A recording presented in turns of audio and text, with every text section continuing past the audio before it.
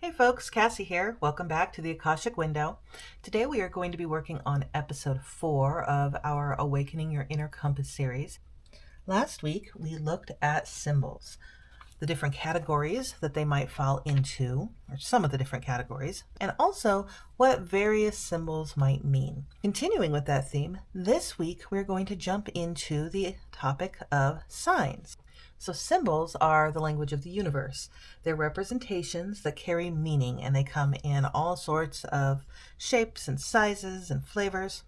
Signs, on the other hand, is how universe, your guides, your higher power, loved ones, ancestors, pick whatever form of spiritual connection that makes the most sense for you.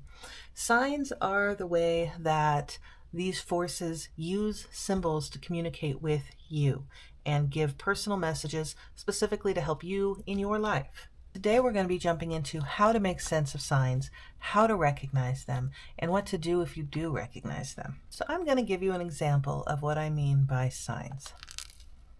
When I was deciding whether or not to do this channel, I put an intention out to the universe and basically said, universe, if this is the right track for me, if this is something I should pursue, I want you to give me a sign. Give me rainbows. I don't care what form they come in. I don't care how I see them. Just give me rainbows to tell me I am on the right track. And the universe delivered in a big way. So I had this discussion with the universe on my drive into work.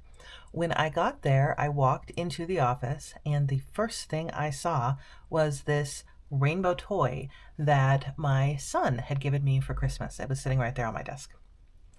And then I went out to lunch, and while I was driving around, I saw a sign with a rainbow on it. I saw a rainbow reflection off of a glass. I saw a bunch of flags lined up like they do when they're marking an area for construction, only instead of orange flags, these flags were actually in Roy G. Biv, which are the colors of the rainbow. So these flags were actually in Roy G. Biv patterns. And then later, after I went home, I went to the gym, and when I got there, I saw that they were doing some kind of promotion, and there was a balloon with a rainbow on it hanging above the sign there. So I went home, I turned on YouTube, and the first thing I see is this short with a guy dancing in a red hoodie, and then he multiplies 7 times over. And so you see him in a red hoodie, an orange hoodie, a yellow hoodie, a green hoodie, a blue hoodie, indigo and violet. So like we had Roy G. Biv dancing, basically, because he's dancing in this hoodie on the screen. And then the last rainbow I saw that day was actually on top of one of my oracle card boxes. It was this box right here. And on top of that, I saw this rainbow around the number 7. That was the 7th rainbow I saw that day. And it was just such an amazing message because it was the universe saying to me, yes, you should do this. You should absolutely do this. Here are 7 signs. The next day, my husband and I went out to dinner. It starts raining. I get out of the car to go into the restaurant, look up, and I see this rainbow in the sky. So if you ask for signs, the universe will in fact bring them forward. So when I was reflecting on what we should do for today's episode, it seemed really obvious to me that the theme of today's spread should revolve around rainbows. Rainbows as a symbol can mean a lot of things, hope, renewal, but one of their meanings that is especially apt for today's episode is that rainbows can be seen as a bridge between the physical world and the divine. And I think that is a really beautiful way to express the idea of signs. And so today's spread is going to be in the theme of a rainbow. So today we're going to be doing a 4-page spread. The first page of our spread will be kind of an intro page, and that intro page will include how to recognize signs, a little discussion about who or what might be sending you those signs, and then to give you lots of space so that you can track these signs. We're going to do a decorated Dutch door here, just cut it back a little bit and do some decoration, and then we're going to decorate this page as well. And these pages will give you space to track signs as you see them so that you can keep a log and start seeing patterns. So let's get going on this. The first thing I'm going to do here is put down this picture of a sky that I have printed out on my computer.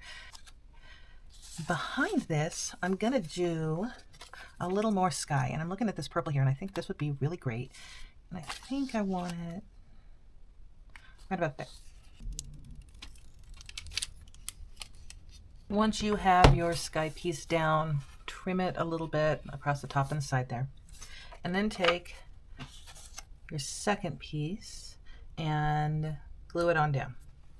So I have this kind of a dark sky background. I put a blue sky in front of it. I've got a double rainbow here, and I deliberately faded this photo on my word processor because I am going to be writing on it. Put a white grid down on top of that. So on this side, I'm going to do a Dutch door spread so that it is cohesive, and we'll be able to see both decorations on either side of this page depending on what you're looking at. So what I did was I printed these two rainbows out. I did the same one because it's easier to try and get the same shape. You're going to be doing kind of a front and back thing here, so if you can get them as close to the same shape as possible, it's going to make your life easier. Grab out some washi tape and about 1 inch over, lay it down vertically. Once you've got your stripe down, take one of your photos and decide where you're going to glue it. And so what I'm going to be doing here is I'm actually going to have 2 separate tabs. One is going to be the rainbow, and the other is going to be these colorful jars. And so I think on the front side I'm going to want this jar. So I'm just kind of looking, and I can tell that this washi tape is going to show through this jar, and I don't want that. So what I'm going to do is decide where I want my jar,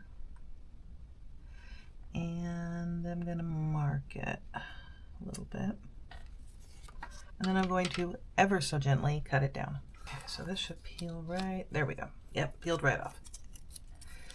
You can save this guy for the next side.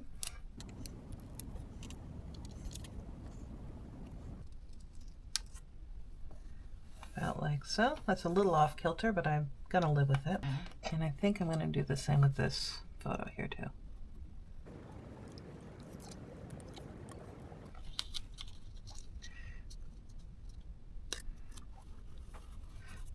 So the next step is going to be to cut off this outside part. I went to the dollar store and I got this for $1.25, so now might be the time to go find one. If you don't have a little cutting board that fits your journal, you can always rely on our good old friend, the cardstock.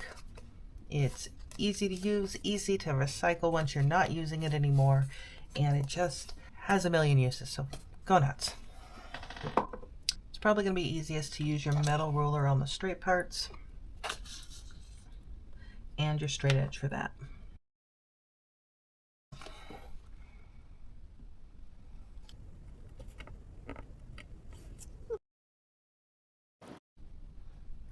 Okay, so we've cut around our shapes here. I started with my gyro cut, and it wasn't doing the trick, and I ended up kind of fussy cutting it with scissors anyways, and that's fine too. Okay, so what we're going to do now is we're going to flip this guy over. Got the back side. We're going to do the same thing on the back here. Try and line these up the best you can,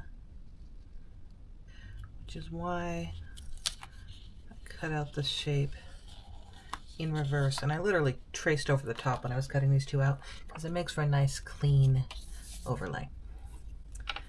Jars are going to be a little trickier, but I think we're going to get close.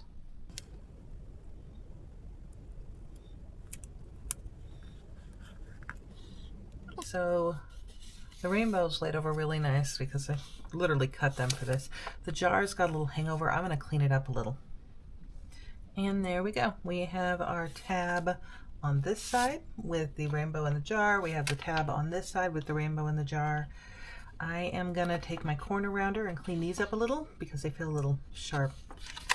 And then we're going to put some design down here so that when this tab is laying down, you'll be able to see the color in the background. And I'm actually going to use this right here for that. Okay, so I took and I put my cloudy sky on down.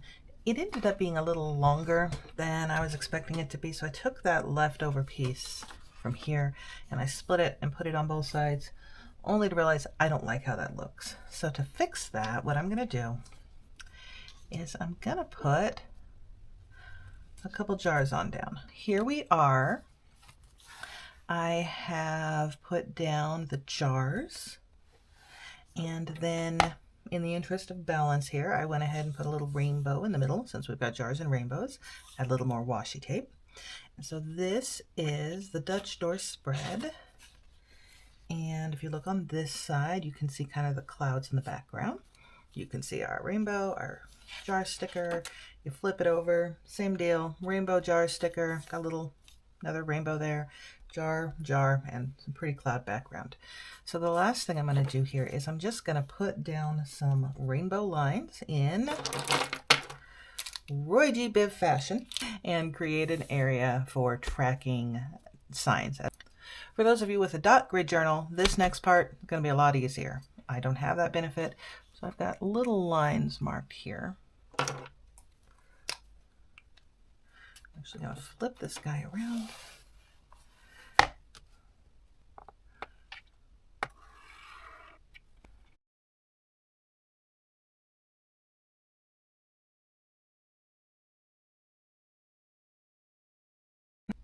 And there we have it. So we did our highlights in Roy G. Biv fashion. We did this on this page and also these two pages. And so this is an area that you're going to have to keep track of the signs as they come in.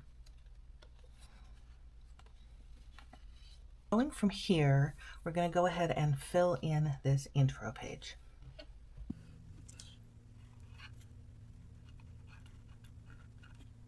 I went ahead and created two columns here because I'm actually going to have two categories.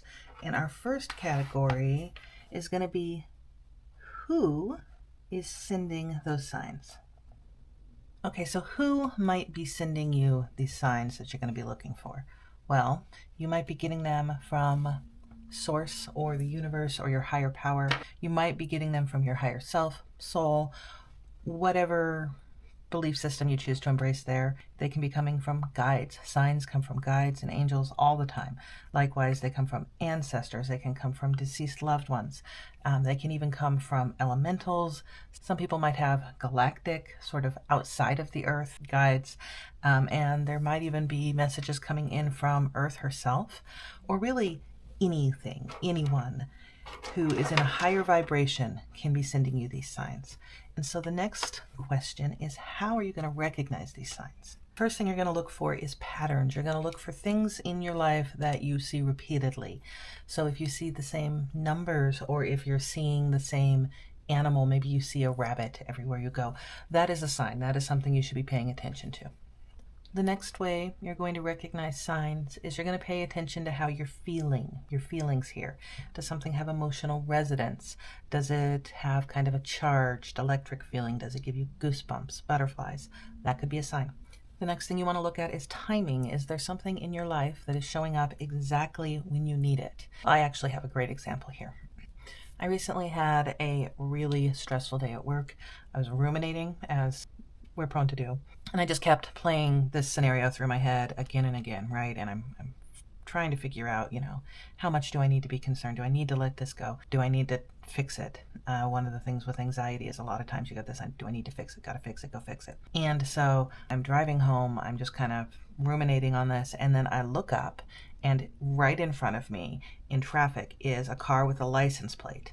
And the license plate read I7S F1N3, or basically the license plate said, it's fine.